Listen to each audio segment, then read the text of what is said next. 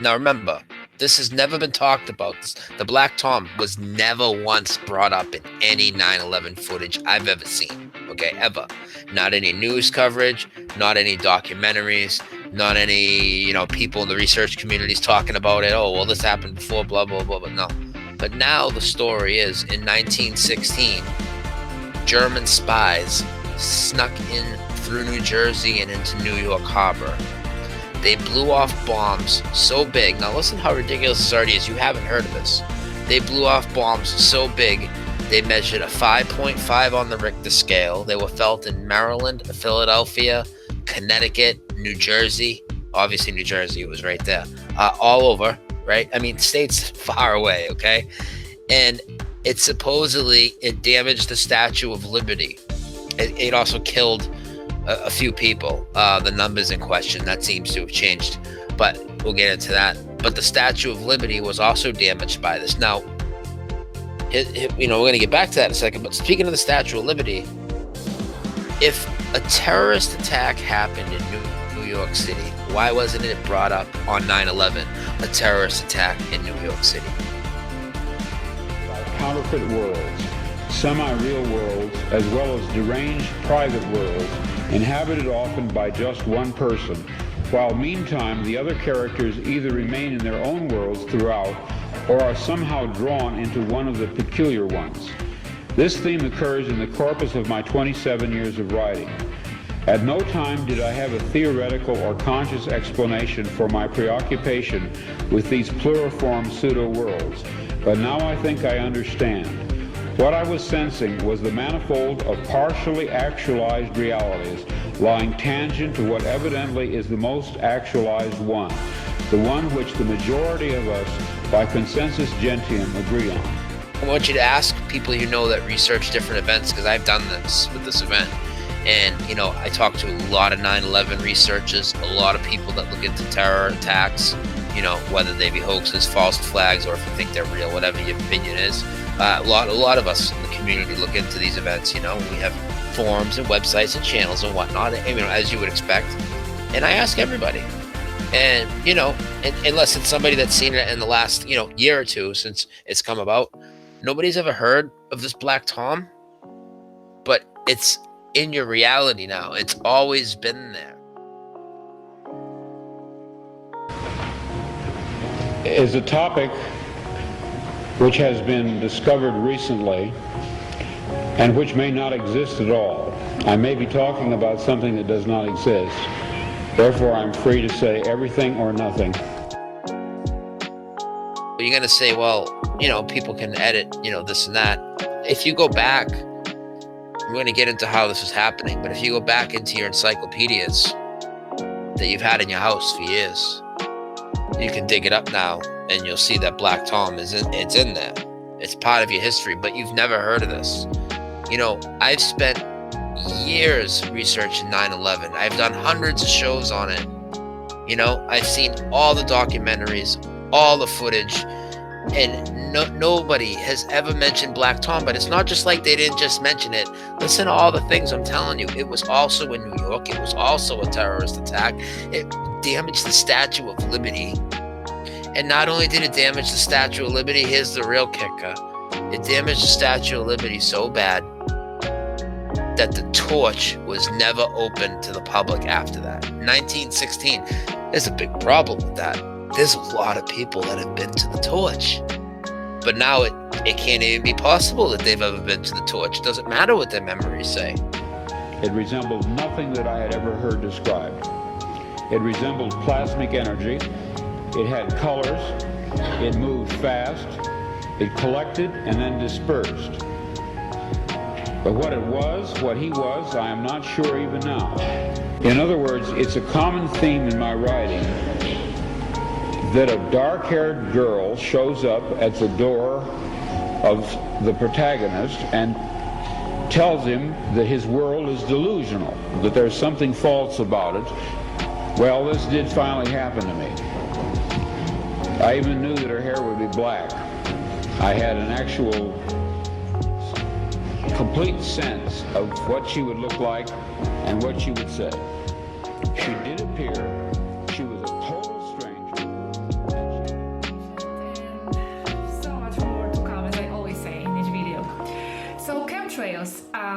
What's interesting about the chemtrails that usually we think they are produced by our planes, and we assume that because we see them. What's the name? The strobes coming from that aircraft, and we assume it's ours.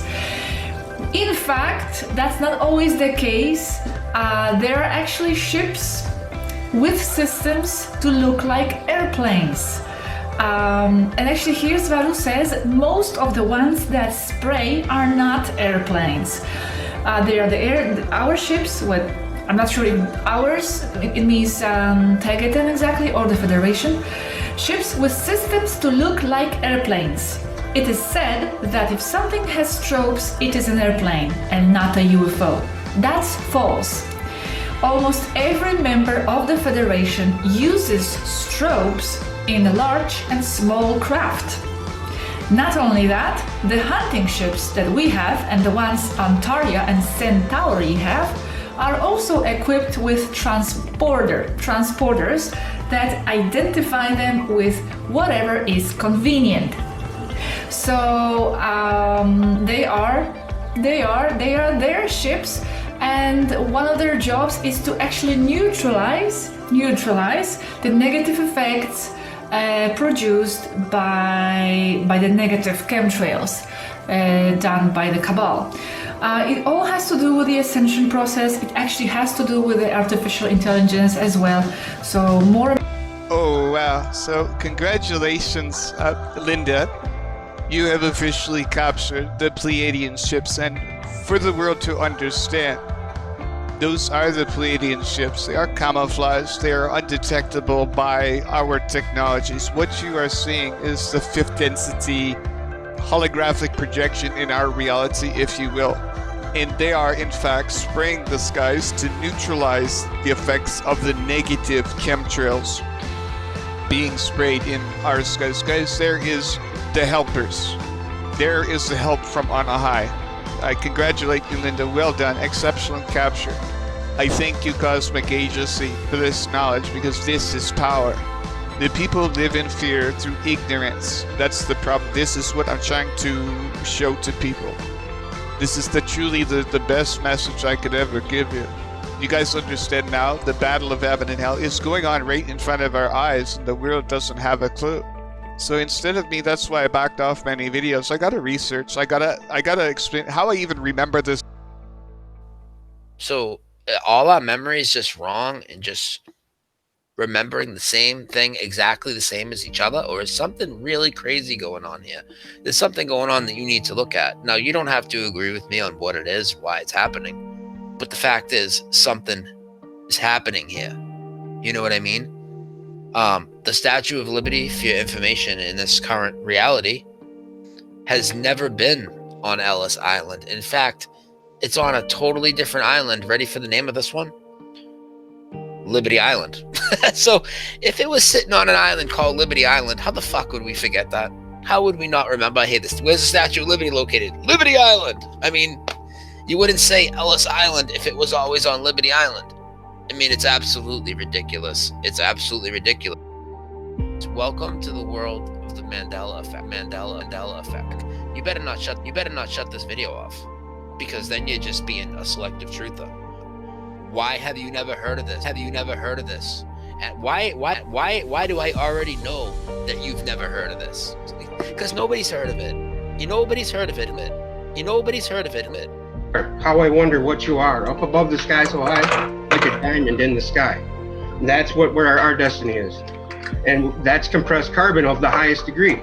So, and of that existence is our consciousness, like you were saying, the quantum. People in the new would like to say quantum as if it didn't exist already. It existed before that. It was called the ether, the etheric, they separated all these creation myths, all separated. So, if from the one comes the two, the separation, but then in the end, it's one, and it's us. We are all brethren. We are all sisters. We are all brothers, from animals to cockroaches to everything on the planet that's organic. We are all of the same clay.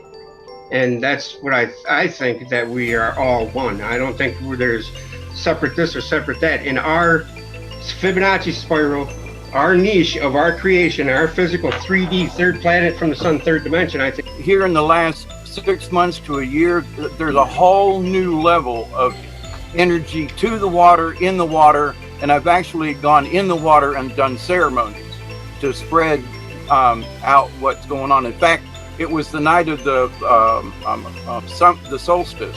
I was doing a water ceremony. And so, but with that though, I want to also say though, that it's been proven too many times that through trademarks and patents that lots of people have a similar idea at the same time.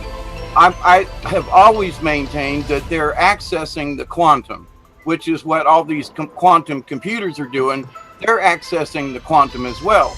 So, and we listen to our own spirit guide as the shamans teach. All this information comes to us, but we can access it with water by using water energy to help the antenna, if you will, like to help ground us, because we are antennas. The information is not just in the water. There is information about the earth in the water, because how old the earth is, how old the water is, but universal information is more in the quantum. So when people want to access, like they say, the Akashic record, and I got issues a little bit with that, but I've been told in my many meditations that there are lots of Akashic records. It depends on where you come from. Not everybody or who has you are.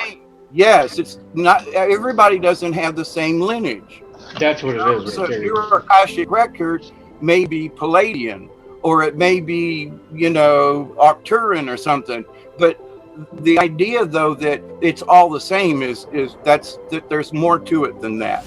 But about the quantum, I think people are looking into the quantum because of this higher energy, and thus they're accessing things in a similar or synchronistic way because of all these earth changes.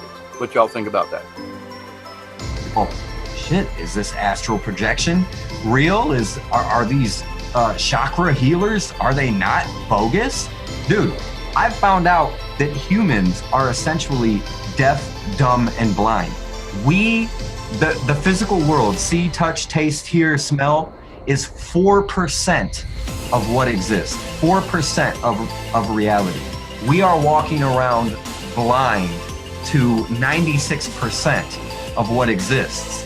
And like, I'm telling you, this spiritual encounter that I had, just having it made it reality. So now I know it's possible. Because that's what happened to me, right? I mean, I don't know if you heard the story. I got a veteran buddy who's also got PTSD, and he's like, man, dude, you're out of your mind, bro. Look at your channel. Like, dude, you believe all this shit. He's like, dude, take this, reconnect with reality. Come over to my house and try these mushrooms. And I went over and tried them, and it was absolutely life-changing. And I don't need them now. Like, now I can literally calm my mind and have this, now maybe not a visual awesome experience, but I can literally calm my mind, and I'm attuned now to like an unseen reality that's there, that we have a connection to the universe, to the collective consciousness, that the third eye is real. And kind of what you just said, dude, my third eye is only evil if I'm evil.